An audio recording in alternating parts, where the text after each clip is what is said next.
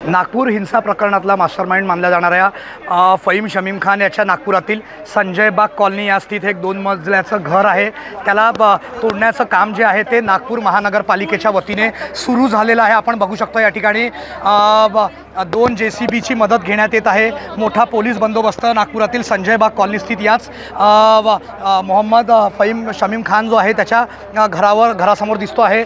या ठिकाणी जे बांधकाम आहे ते अवैध असल्याचं अधिकाऱ्यांचं म्हणणं आहे आणि 21 मार्चला नागपूर महानगरपालिकेतर्फे 86.48 स्क्वेअर मीटरचा हा जो परिसर आहे या परिसराला तोडण्याचं जे आहे 24 तासाचं नोटीस जो आहे तो नागपूर महानगरपालिकेतर्फे देण्यात आला होता।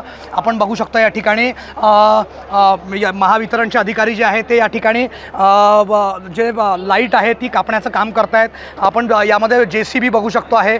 या JCBच्या सहाय्याने जे आहे ते पूर्ण घर जे आहे हे तोडण्यात येणार आहे। आपल्याला माहिती आहे की 2 दिवसा पहिलेच राज्याचे मुख्यमंत्री देवेंद्र फडणवीस यांनी नागपुरातील वरिष्ठ पोलीस अधिकाऱ्यांची एक बैठक घेतली होती।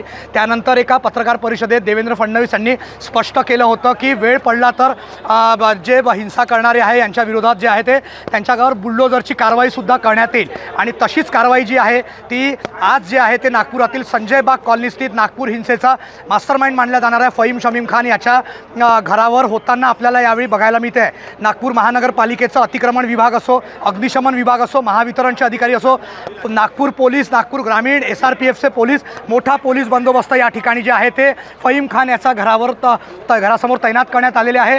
समोरचा हिस्सा पाडण्याचं काम जे आहे ते सध्या सुरू झालेलं आहे। थोड्याच वेळात हे पूर्ण घर जे आहे ते तोडण्याचं काम जे आहे ते अतिक्रमण विभागातर्फे करण्यात येणार आहे। त्यामुळे कुठेतरी नागपुरात मोठं या ठिकाणी ॲक्शन बघायला आपल्याला मिळते आहे हिंसा प्रकरणात। योगेश पांडे, नागपूर, मुंबई तक।